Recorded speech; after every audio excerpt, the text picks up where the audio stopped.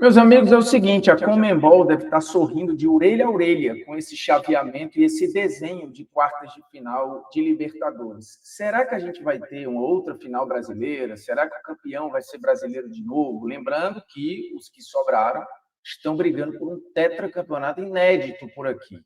Mas há muito tempo que a gente não tinha, nessa altura da competição, mais times argentinos, por exemplo, do que brasileiros. E aí, vai dar brasa? Não vai dar? O negócio afunilou e vamos separar homens de meninos, né? Como diria o outro.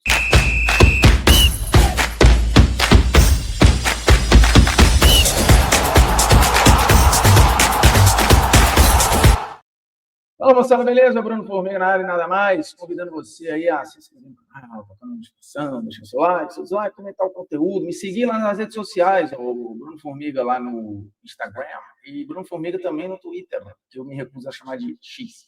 E também TikTok, mas eu uso muito pouco, véio. Você vai acabar se decepcionando. Mas se quiser seguir lá também, tá valendo.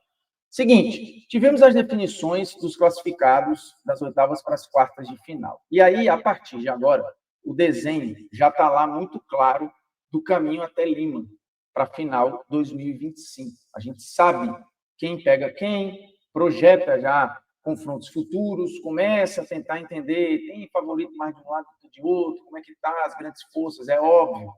Desde o sorteio para cá, muita coisa mudou. Algumas mudaram para pior. Por exemplo, o Botafogo foi eliminado. O atual campeão caiu nas oitavas de final. Surpreendeu, não surpreendeu? A LDU já embaçou a vida de muito brasileiro e fez isso de novo com o atual campeão da competição. E aí a gente começa a ter ali as forças sobrando. Dessa vez, como eu disse na abertura, mais argentinos do que brasileiros. Nessa etapa da competição, a gente tem 4 argentinos, 3 brasileiros e um time equatoriano. Então, a gente tem vários desenhos aí para essa reta final de Libertadores. Então, vamos tentar projetar, olhando o caminho até a final. Dá para entender, olhando para hoje, se tem um favorito? Qual a final com mais probabilidade de acontecer neste momento? E aí eu digo que a Conmebol está sorrindo de orelha a orelha porque ela deu uma equilibrada, né? A Libertadores é amplamente dominada pelo futebol brasileiro nos últimos anos, inclusive uma sequência de títulos do mesmo país que jamais aconteceu na história da competição, nem nos tempos áureos de futebol argentino dominando a Libertadores, mas nunca houve uma sequência tão grande de campeões da Libertadores do mesmo país. Desde 2019, só o Brasil ganha a Libertadores. Então, assim, é muita coisa. E óbvio que a Conmebol, o produto dela, deve estar achando isso horroroso. Agora, estatisticamente, ela tem uma chance de ver isso mudar. Mas bola jogada, elenco, futebol seguro, eu ainda acho que os brasileiros estão à frente dos demais, mas a gente vai olhando confronto a confronto. Por exemplo, São Paulo e LDU. A LDU, ela foi líder, vale lembrar, na primeira fase, no grupo do Flamengo. O fato dela jogar na altitude, ela consegue resolver jogos em casa ali e embaçar, seja na ida, seja na volta, a vida de adversários. A gente viu o que aconteceu com o Botafogo, que não garantiu um bom resultado na ida, assim, com um resultado robusto, só 1-0, acabou tomando 2, poderia ter tomado mais e acabou eliminado. O São Paulo cresceu de produção com o Crespo, isso é evidente. Eu acho o São Paulo um time com mais peça, mas é um jogo de risco. Se eu fosse palpitar hoje, eu acho que o São Paulo passa. Mas, meu irmão, é difícil, tá? Não há garantias. O São Paulo, ele parece que ele dá uma inchada na Libertadores, ele é muito confortável nessa competição. Nenhum estrangeiro gosta de jogar no Morumbi. O Morumbi, da fronteira para lá, ele é temido. Do mesmo jeito que a gente tem aí La Bombonera, Monumental e outros estádios. O Morumbi tem esse espírito. E aí, eu não estou falando aqui para rival, que vai ficar mais não sei o quê. É o sentimento quando você conversa com jornalistas estrangeiros. A gente já ouviu jogadores e técnicos de outros países falando sobre isso. Mas não é fácil jogar no Equador. E a LDU é um time que já foi melhor, mas se reorganizou e a gente viu o que fez com o Botafogo. Então, assim, eu acho até que o São Paulo tem mais ferramentas, mas eu acho um jogo muito perigoso. Embaixo a gente tem River e Palmeiras. Eu até falei isso no Instagram e repito aqui, porque assim, está longe de ser o melhor River, tá? Longe de ser. Mas é um time, se olhar aí a temporada argentina, ele perde pouco, só tem uma derrota no momento da gravação desse vídeo lá no Campeonato Argentino. Empata muito. E não tem tomado muitos gols. Mas não é um time brilhante, tá? Não é um time brilhante. Inclusive, assim, esse confronto tem um potencial de não ser brilhante. Porque o Palmeiras, ele dá uma segurada no adversário, ele piora o adversário. O River não tem sido um time serelepe. Então, assim, acho que é um confronto aqui que o Palmeiras claramente tem mais peça, tem mais elenco, é mais seguro. E mesmo num ano meio caótico, eu acho mais time. Tem alguma garantia aí? Não tem garantia. Porque se fosse o contrário, fosse o River enfrentando um time brasileiro de grife, historicamente forte na Libertadores, que tá mal, os caras áreas não tá falando, putz, mas é fulano, é Beltrano, tem que ter cuidado. Ainda mais esse time decide em casa. Porque, de novo, o Palmeiras fez uma campanha na primeira fase que lhe dá esse luxo. Então, as ferramentas, para mim, dizem que na semifinal a gente vai ter um gigantesco Palmeiras e São Paulo, que seria, assim, absoluto. Ia ser maravilhoso. E aí, óbvio, já garantiria um brasileiro na final, de novo. Mas, sinal de alerta ali no São Paulo e LDU. E, óbvio, por ser o River, não há nenhuma garantia aqui no Palmeiras. E quando a gente fala em favorito, é bem importante que a gente converse sobre isso, porque é um assunto, às vezes, assim, que beira o insuportável. Né? Quando a gente fala de favoritismo, isso quer dizer que a equipe vai ganhar? Não, ninguém aqui é mãe de nada. Ninguém aqui tem este poder.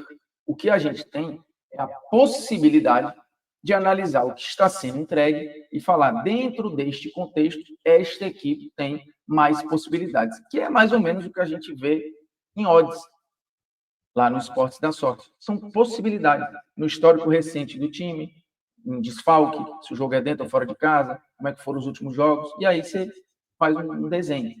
As odds já apontam favoritismo. Isso quer dizer que vai dar aquele resultado? Não, é o que a gente mais ou menos faz na análise esportiva. O Palmeiras é favorito? Para mim, sim. São Paulo é favorito? Para mim, sim. Está garantido que eles vão fazer a semifinal? Obviamente que não. E aí, se você quiser dar um espetacular no Esportes da Sorte, você fica muito à vontade com este QR Code aqui. Você cai direto lá para fazer o seu cadastro e se divertir com muita segurança. O Esportes da Sorte tem vários mecanismos e ferramentas para a segurança nesse tipo de brincadeira, inclusive ligação para você conversar, se está exagerando, se não está. O site tem várias formas de entender se a pessoa está muito tempo lá e fechar a conta e derrubar a pessoa do site. Então, assim, é muito legal. Véio. Nesse ponto, eu pago muito pau para o que o Esporte da Sorte faz. O link também está aqui embaixo para você brincar, se divertir com responsabilidade. Um recado para quem tem 18 anos ou mais, beleza? E aí, cara, assim, de novo, esse lado da chave, ele é mais complicado. Eu acho que ele é um lado mais imprevisível, eu diria, tá?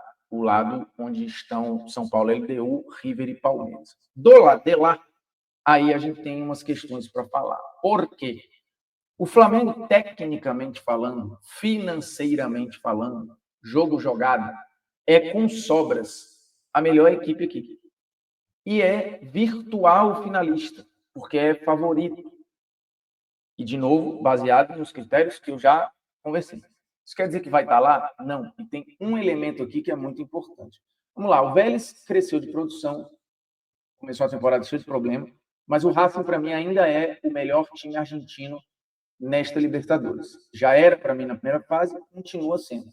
Então, eu acho que o Racing é favorito, apesar de ter sofrido mais do que se planejava contra o Peñarol. O Vélez acho que faz com tranquilidade até em cima do Fortaleza. Então, eu acho que o Racing vai para a semifinal. Aí tem Estudiantes e Flamengo. Flamengo é mais time? É mais time. Tem mais elenco? Tem mais elenco. Tem mais talento? Tem. Tem jogado mais que o Estudiantes? Tem também. Só que vai pagar um preço de uma primeira fase ruim. E lembra que eu falei que a LDU foi líder do grupo do Flamengo?